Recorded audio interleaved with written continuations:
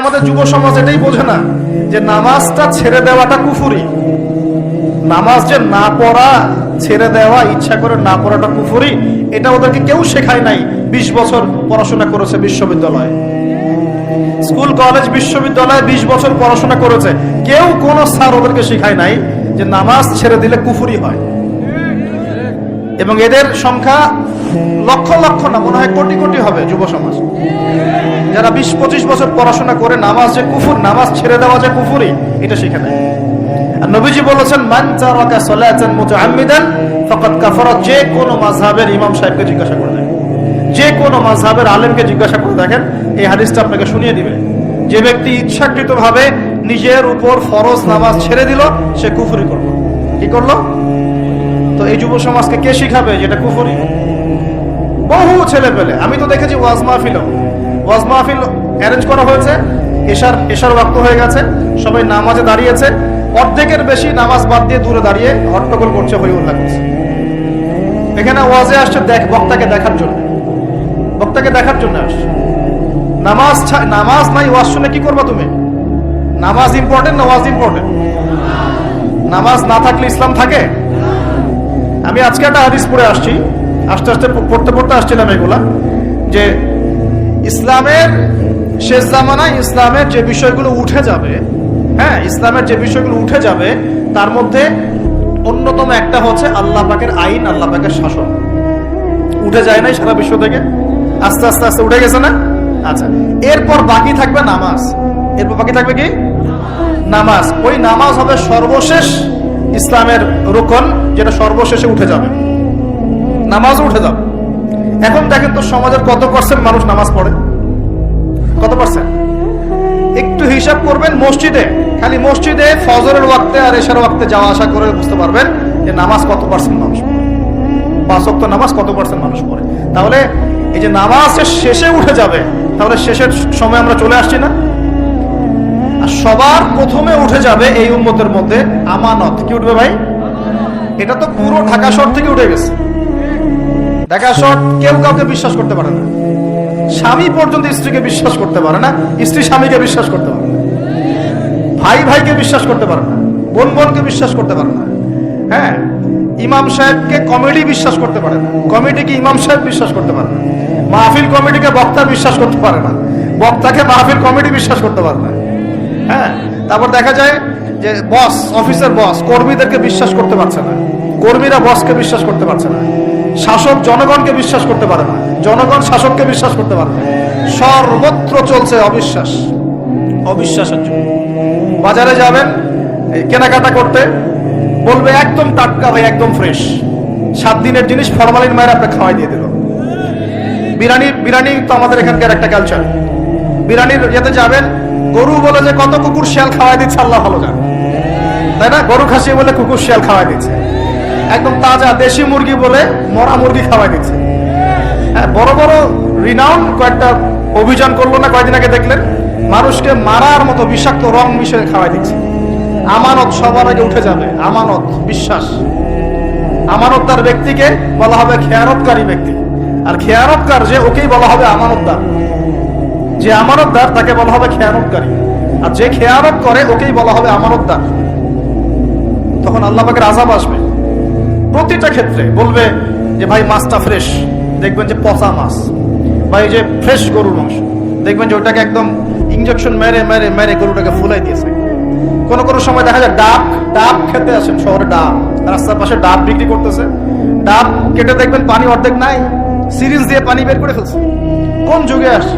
এটা আমাদের শহর ভাই, আমাদের শহর, যেখানে আমরা সবাই দাড়ি টুপি নিয়ে ঘুরে বেড়াই।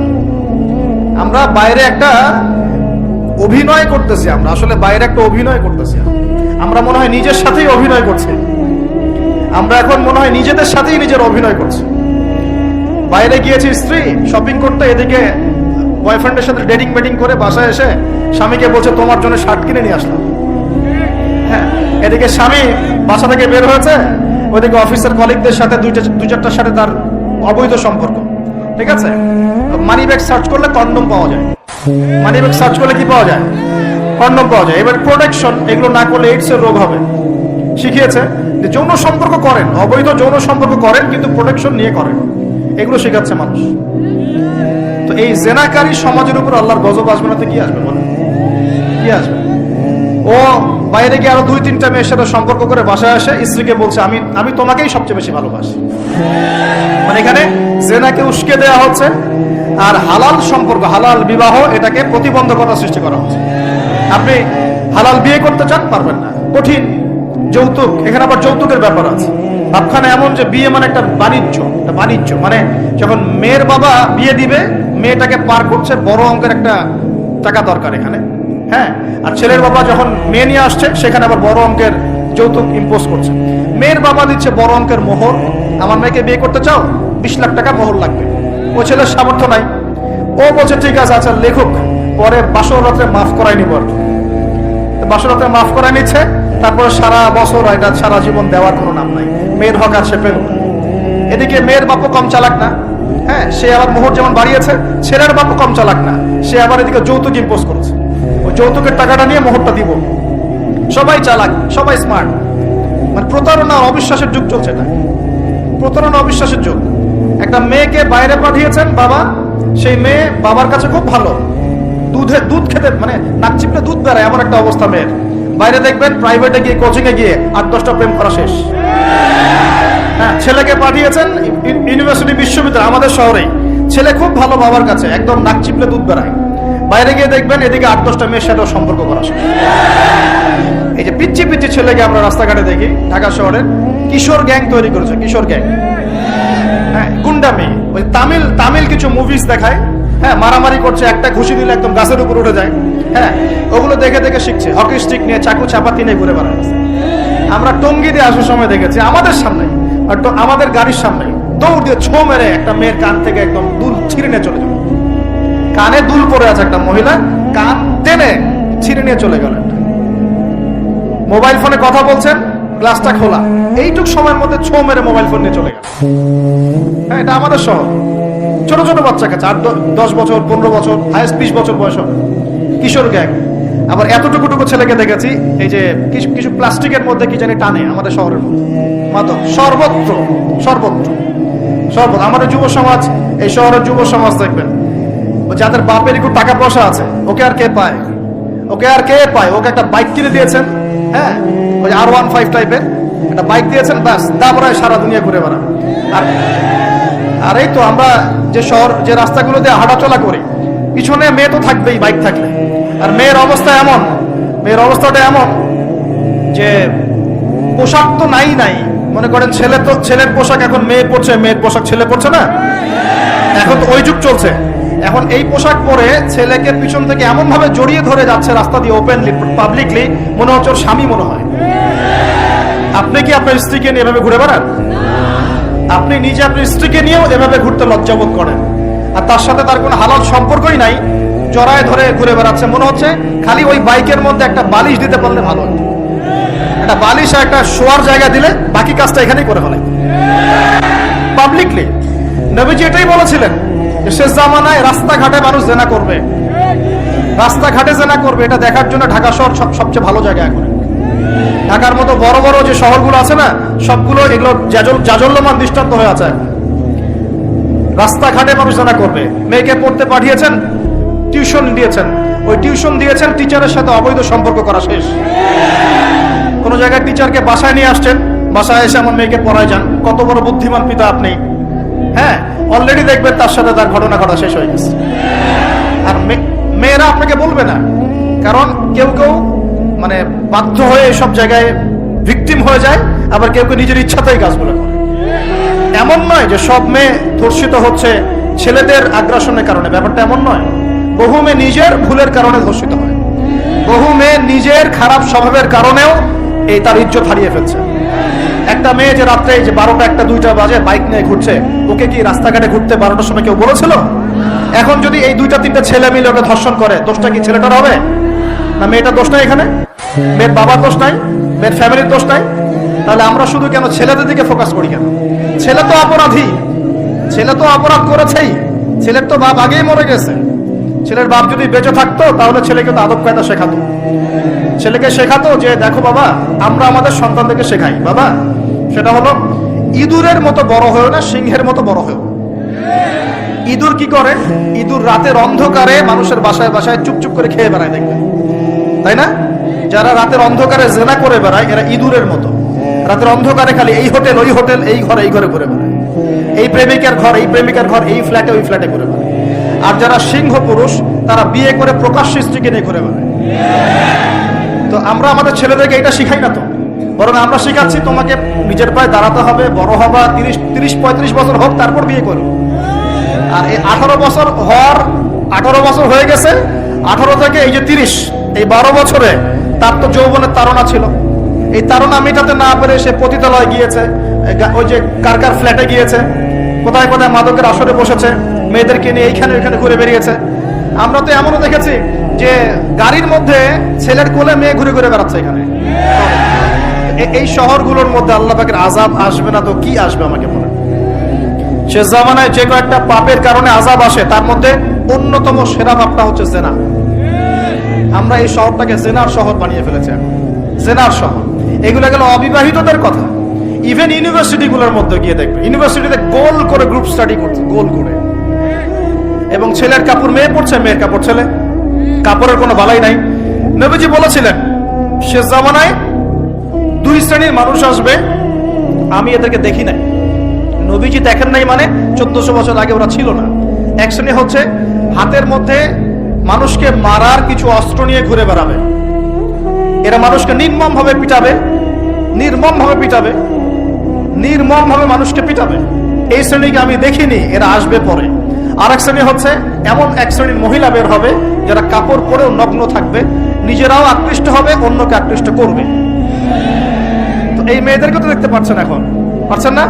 তার মানে কিয়ামত কাছে না দূরে? আর আমি এখন ওই হাতে লাঠিওয়ালা ওই গ্রুপকেও খুঁজে পেয়েছি। হাতে লাঠিওয়ালা সেই গ্রুপ কোনটা জানেন? ওই যে ঘরের মধ্যে ঢুকায় ঢুকায় যে ছেলেগুলোকে মেরে মেরে রাত্রেবেলা মেরে ফেলায়, সেটা গ্রুপে। বিভিন্ন হলে হলে দেখেন না, হকি স্টিক নিয়ে 8-10 জন মিলে এক একটা করে ছেলেকে ডেকে নিয়ে পিটাই পিটাই মেরে ফেলায়, এগুলো সেই ছেলে। এদেরকে যারা জন্ম দিয়েছে ওই বাপের জন্য ধিক্কার, এদেরকে যারা জন্ম দিয়েছে এই বাপের জন্য ধিক্কার। আর এখন এরকম লেডিস গ্রুপও বের হয়েছে, আর মেয়েদেরকেও হলে ডেকে ডেকে পিটানো শুরু করেছে। তোমরা কি মনে করো যে 5 জন 6 জন 10 জন মিলে একজনকে সারা রাত টর্চার করে মেরে ফেলানোর মধ্যে সুপুরুষ? তুমি সুপুরুষ, তুমি অনেক বড় বীর। সাহসটাকে তুমি একজন একজন মারামারি করে দেখাও না দেখি।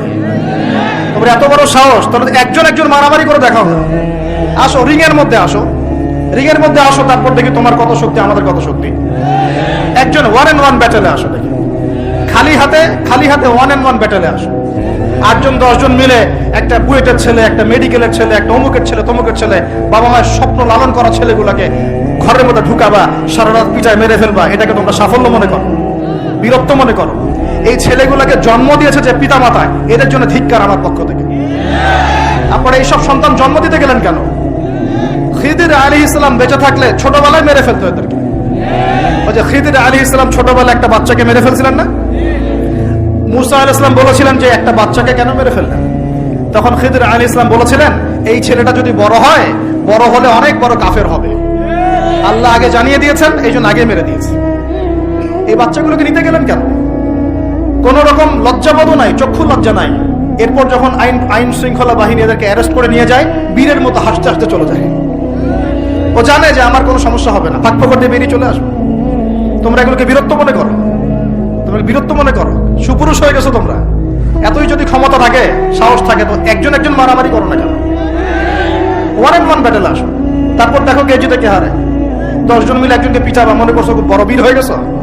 এখন 10টা মেয়ে মিলে একটা মেয়েকেও পিটাচ্ছে, সুবহানাল্লাহ। একটা মেয়েকে আপনি ঘরের মধ্যে ঢুকায় সারা রাত পিটাবেন, মেয়েটা কাঁদতে কাঁদতে বলছে আমার পায়জামা পর্যন্ত খুলে ফেলেছে টান দিয়ে। আরে তোর মায়ের পায়জামাকে খুলে ফেললে তোর কেমন লাগবে? তোর বোনের পায়জামাকে খুলে ফেললে তোর কেমন লাগবে? কোন সাহসে তুই একটা মেয়ের পায়জামায় হাত দিস? এত বড় সাহস! আর এদেরকে আমরা তোলা তোলা করে মানুষ করি। ছাত্র পড়তে গিয়েছে, বাবা মার স্বপ্ন লালন করা ছাত্র, ছেলেটা ইঞ্জিনিয়ার হবে, ছেলেটা মেডিকেল সায়েন্সে পড়ে বড় একজন ডক্টর হবে, পিটায় মেরে ফেলে দিল তাকে। এত বড় সাহস! আর আমরা কিছুই বলতে পারলাম না, কিছু করলাম না। কি একটা অবস্থা চলছে! এগুলো যখন চলতে থাকবে একটা কওমের মধ্যে, আপনার মনে হয় যে আল্লাহর পক্ষ থেকে রহমত নেমে আসবে? লা ইলাহা ইল্লাল্লাহ বলা একজন মানুষ যদি বেঁচে থাকে, ওই একজন মানুষের সম্মানে আল্লাহ পাক কিয়ামত দিবেন ইনশাআল্লাহ। সেই একজন মানুষকে এভাবে নির্মমভাবে পিটিয়ে মেরে ফেলো তোমরা। এখন মানুষকে পেটানো শুরু করেছো। নবী সাল্লাল্লাহু আলাইহি ওয়াসাল্লাম শেষ জামানের হাদিস সম্পর্কে বলেছিলেন যে আমি এক শ্রেণীর মানুষকে দেখি নাই যারা আসবে মানুষকে নির্মমভাবে মারবে, নির্মমভাবে মানুষকে পিটিয়ে মারবে। আর কোরআন খুলে দেখেন একটা জাতির কথা আল্লাহ পাক বলেছেন, এই জাতির নাম হচ্ছে আদ জাতি। কোন জাতি ভাই? এই আদ জাতিকে আল্লাহ পাক ধ্বংস করেছিলেন ঝড় দিয়ে, ঝড় ঝপটা দিয়ে। আল্লাহ পাক এই কওম সম্পর্কে বলেছেন ওয়াইদা বাতাসতুম জাব্বারিন, ওরা শিরক কুফর তো করতোই, কিন্তু এর পাশাপাশি একটা বড় পাপ করত। ওই পাপটা হচ্ছে এরা যখন মানুষকে পেত পিটিয়ে মেরে ফেলতো, নির্মমভাবে পিটিয়ে মেরে ফেলতো। এই আদ জাতির পাপ তোমরা করা শুরু করেছো। এখন আমাদের শহরে এগুলো চলছে না? এখন দিনে দুপুর রাস্তাঘাটে এগুলো চলছে। শিক্ষা প্রতিষ্ঠানে গিয়ে এগুলা মাস্তানি করতে গিয়েছো তোমরা। আমার ভাই হয়ে যদি এই কাজ করো, আমি তোমার চেহারা পর্যন্ত দেখতে যাবো না ইনশাআল্লাহ। আল্লাহ রাব্বুল আলামিন আমাদেরকে ওমরের শাসন দান করুন বলে আমি। একটা মাস ওমরের শাসন যদি চলে না, দেখবেন সব লাইনে চলে আসছে ইনশাআল্লাহ। একটা মাস খালি, একটা মাস খালি ধর্ষণের বিচার করা শুরু করেন, ধর্ষণ করার সাহস খুঁজে পাবেন ইনশাআল্লাহ। কোন মাদ্রাসাতে আমরা দেখেছি, কোন মাদ্রাসাতেও এই যে হাফেজ ছাত্র হতে গিয়েছে, বাবা মা হাফেজ বানাবে, মাদ্রাসায় পাঠিয়েছে, মাদ্রাসার শিক্ষক ছেলেটাকে বলাৎকার করে রেখে দিয়েছে। হ্যাঁ, ঢাকা শহরের ঘটনা বলছি। আমাদের সন্তানটাকে কোথায় পাঠাবো তাহলে? পাপ যেই করুক, পাপ পাপি। এখানে যদি দাড়ি টুপিওয়ালা মানুষও পাপ করে, তাকেও শাস্তির আওতায় নিয়ে আসতে হবে। আল্লাহ পাক তৌফিক দান। মাদ্রাসায় আপনি ছাত্রকে বলাৎকার করবেন, মাদ্রাসায় আপনি সমকামিতা করবেন, আপনার তো লিঙ্গ কেটে জাতির সামনে উপস্থাপন করা দরকার। উমরের শাসন হলে এটাই হতো। উমরের শাসন হলে আল্লাহর কসম করে বলছে এগুলোই হতো। ওয়াজ মাহফিল গুলাকে, দিনের এই পবিত্র আমানত গুলোকে অনেক জায়গায় ঠাট্টা মশকরার পাত্র বানানো হয়েছে। কোথাও দেখা যায় যে ওয়াজ মাহফিল সিজনে বললাম ডিজে জিকির চালু করা হবে না, ফাইজলামি শুরু করছো, গাল গল্প কেচ্চা কাহিনী শুরু করেছো। ইনশাআল্লাহ তাআলা অচিরেই এই উম্মতের মধ্যে এমন নেতৃত্ব আসবে ইনশাআল্লাহ, যে নেতৃত্বের আন্ডারে ইনশাআল্লাহ তাআলা জমিন থেকে জুলুমের শেকড় উপরে যাবে ইনশাআল্লাহ। আমরা আল্লাহর কাছে দোয়া করি, আল্লাহ পাক আমরা বেঁচে থাকি না থাকি এমন প্রজন্ম যেন আল্লাহ পাক নিয়ে আসেন ইনশাআল্লাহ। সারা দুনিয়া জুড়ে ফাইজলামি শুরু হয়ে গেছে, সারা বিশ্ব জুড়ে এই যে পশ্চিমাদের যে আগ্রাসন, মুসলিম বিশ্বের আনাচে কানাচে অসহায় মুসলিমদেরকে নির্যাতন করা হচ্ছে নির্মম। একটা বাচ্চা সে জানে না যে শিয়া কি সুন্নি কি, বোম মেরে নষ্ট উড়িয়ে দেওয়া, মাথার খুলি উড়িয়ে দেওয়া। একটা বাচ্চা, একটা মা জানে না শিয়াইজম কি সুন্নিজম কি, মিসাইল মেরে বোম মেরে হত্যা করে দেওয়া। সারা বিশ্ব জুড়ে এগুলো চলতেছে। সারা বিশ্ব জুড়ে মিডিয়ার মধ্য দিয়ে মুসলিমদেরকে আজকে সন্ত্রাসী বানানো হয়ে গিয়েছে। সারা বিশ্বে রক্ত ঝরবে আমাদের, আবার আমাদেরকেও সবাই সন্ত্রাসী বলে বেড়াবে। নাটক শুরু করেছেন, নাটক। সারা বিশ্ব জুড়ে সবচেয়ে শান্তিকামী মানুষ কারা? আমরা, অন্য কেউ আছে? সারা বিশ্বের মানুষের, নিরীহ মানুষের রক্ত কাদের হাতে লেগে আছে? আমাদের হাতে। আমরা ইরাকে মানুষ হত্যা করেছি, আমরা আফগানিস্তানে মানুষ হত্যা করেছি, আমরা উইঘুরদেরকে হত্যা করেছি, আমরা রোহিঙ্গাদেরকে হত্যা করেছি, আমরা বিগত 12, 14, 15 বছর ধরে সিরিয়াতে বাচ্চাদেরকে হত্যা করেছি, বিগত প্রায় 70 বছর থেকে প্যালেস্টাইনে আমরা মানুষকে হত্যা করেছি। আমরা কি এই যে লেবানন, জর্ডান এই জায়গাগুলোতে মানুষকে আমরা মারছি? তাহলে সারা বিশ্বে আমাদেরকে আজকে সন্ত্রাসী কেন বলা হবে? কি কারণে বলা হবে? আর আমরা কেউ কোনো কথাও বলি না, মন থেকে ঘৃণাও করি না। এই কথাগুলো বলবেন কারা? বলবেন তো আলেম ওলামারা। এখন যদি আমরা এই ওয়াজ মাহফিলের স্টেজগুলোকে সার্কাসের মঞ্চ বানিয়ে ফেলি, এই আমানতের হক কে আদায় করবে? কে আদায় করবে? আল্লাহ পাক আমাদের সবাইকে বোঝার তৌফিক দান করুন। আমরা আশা করি ইনশাআল্লাহ তাআলা আমাদের উপরে যারা আছেন তাদের বোধোদয় হবে ইনশাআল্লাহ তাআলা। আমরা কারো শত্রু নই, ইসলাম কারো শত্রু নয়, কারো খারাপ চায় না। ইসলাম চায় সমাজের ন্যায় প্রতিষ্ঠা হোক, এবং ন্যায়টা যে কারো হাত দিয়ে প্রতিষ্ঠা হোক, কোনো সমস্যা নাই।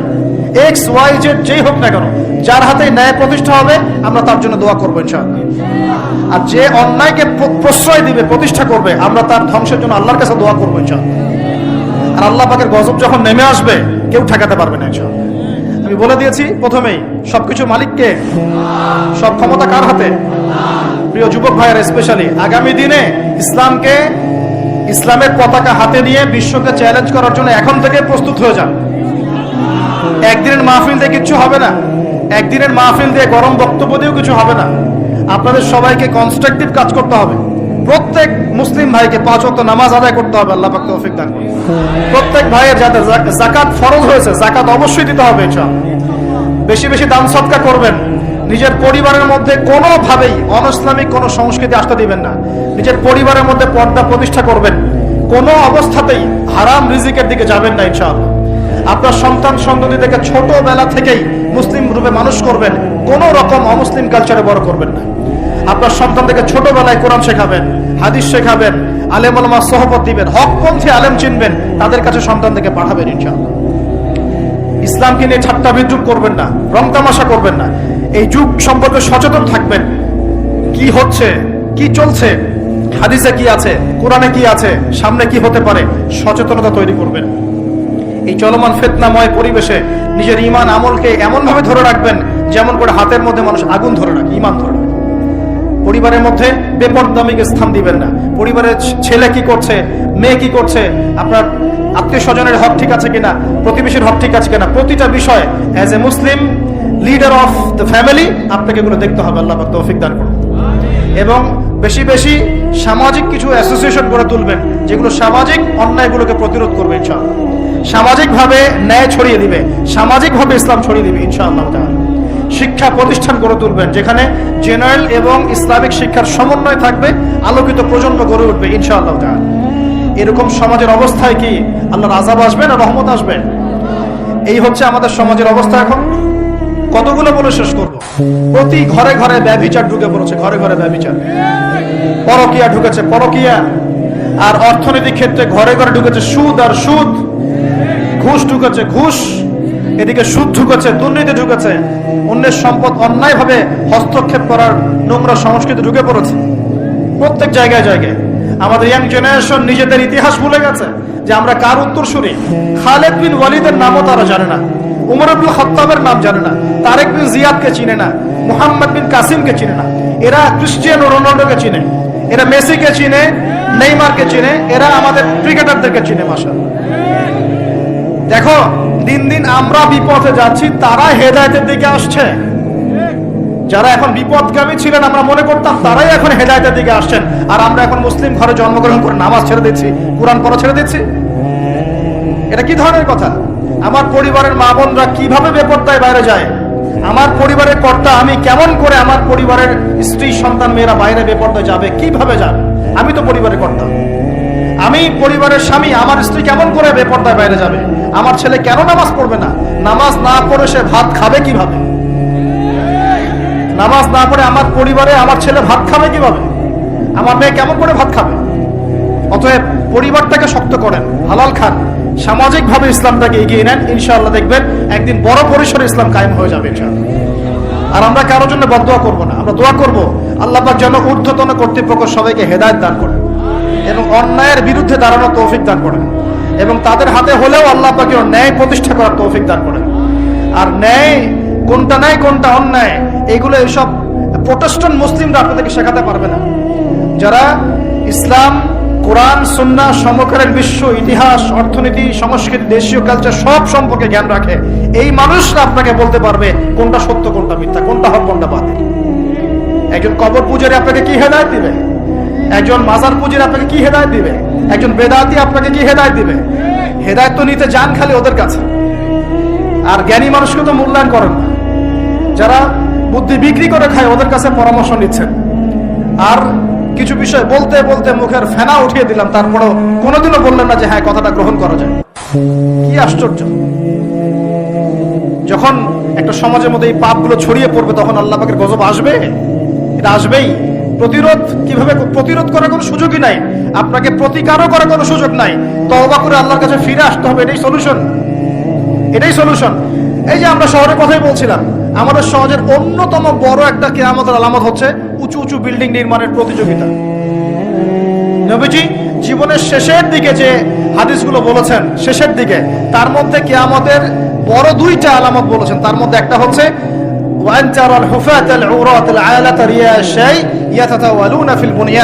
যখন দেখবে সমাজের সবচেয়ে নিম্ন শ্রেণীর মানুষেরা, রাখাল টাইপের মানুষ, গায়ে জামা নাই, পায়ে স্যান্ডেল নাই, উঁচু উঁচু বিল্ডিং নির্মাণের প্রতিযোগিতা করছে।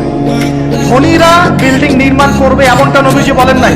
নবীজি বলছেন গরিব, ফকির, মিসকিন, গায়ে কাপড় নাই, স্যান্ডেল নাই, এরা বিল্ডিং নির্মাণ করবে না, প্রতিযোগিতা করবে একে অপরের সাথে।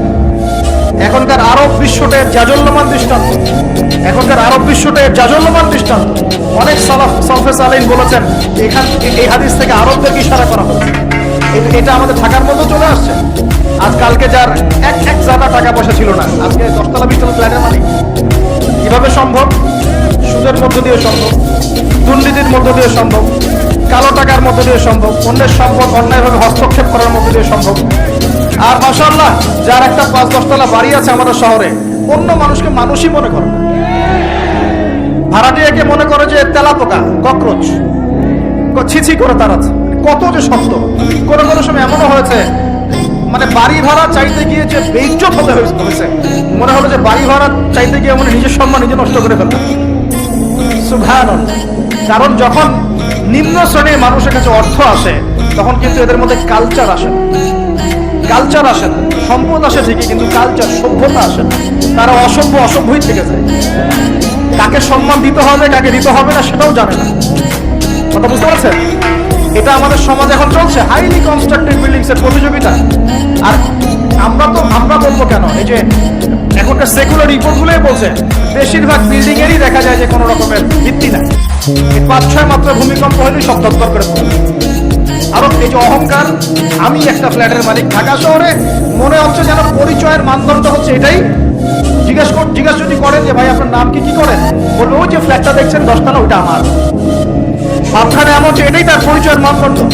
সে কি করে, তার শিক্ষাগত যোগ্যতা কি, কোন প্রফেশন, এগুলো বড় কথা নয়। ওই যে ফ্ল্যাটটা দেখছেন 6 তলা, ওইটা। অনেকে এসে পরিচয় দেয়, আমি অমুক পার্টির অমুক, আমি অমুক পার্টির তমুক, আমি অমুকের সাধারণ সম্পাদক, আমি অমুকের সভাপতি। এগুলো পরিচয়, এগুলোই মানুষের পরিচয়। আমি অমুক দল করি, তমুক দল করি।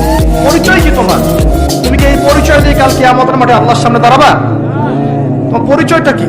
পরিচয় হচ্ছে তোমার শিক্ষাগত যোগ্যতা কি, তুমি সমাজকে কতটুকু সার্ভ করতেছো, তোমার ইলমি যোগ্যতা কি, তুমি 5 ওয়াক্ত নামাজ পড়ো কিনা, তুমি ইসলামপন্থী কিনা, তোমার সুন্নত আছে কিনা, তুমি দিনের জন্য কি করো, এগুলো তোমার পরিচয়। আল্লাহ রাব্বুল আলামিন আমাদের কথাগুলো বোঝার তৌফিক দান করুন।